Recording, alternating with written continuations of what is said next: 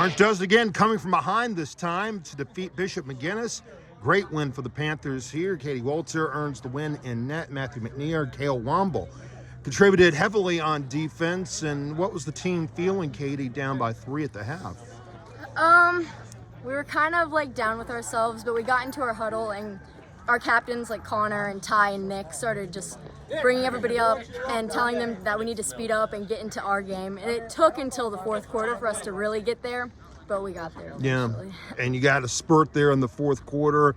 Defensively, how did Bishop McGuinness test you guys? They were pressuring the ball a lot. They weren't really taking it away, but they were doing pressure on defense. They were definitely doubling Connor, putting pressure on us. Mm-hmm. When you face a private school like this one, what is the difference between facing a school like this one with seasoned players and a public school that may have less seasoned players? Well, I don't want to make it sound like goofy or whatever, but they're just better than most of the teams we play. So we got to play harder and get up. Not I wouldn't say get up to the level, because I think we're at their level, if not above it. But we have to play up to that standard. Yeah. So they're just more seasoned. Is it because they're more experienced and they've had longer? They've been playing longer, or is it other things? Yeah, and they just kind of have the entire I don't know, the experience, and their entire schools are revolved around lacrosse, and they're born and bred lacrosse. Where here it's baseball and football, it's other things, and lacrosse just happened to come out and be really good here. Yeah, or wrestling in some people's cases, such as yours, as a matter of fact. How does wrestling help you as a lacrosse player? It makes me a lot more physical, especially on face-offs, bodying the person.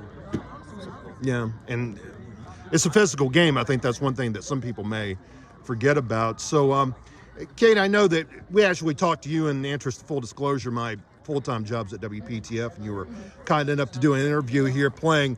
Fortunately, it looks like that the folks at the General Assembly who want less people in government's lives, want less government people's lives by wanting more government people's lives, have now taken a measure out that could have affected you directly. So how did you feel when you learned about that? Well, Coach Rob, I don't know where he is, he actually told me at practice, and I was like, and everybody started cheering. They were like, oh, we get to keep Katie, all this stuff. And it was funny. Yeah.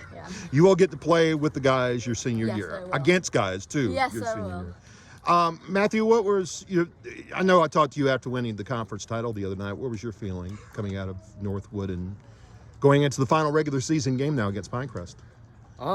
It did feel really good at Northwood to come out on top and set our seed for the conference. But I also didn't just let that confidence just completely put us in my head, put us above everybody else. And I just made sure we were keeping it realistic, because that was a good game. But that doesn't mean that we're guaranteed to do good in our next game. Right.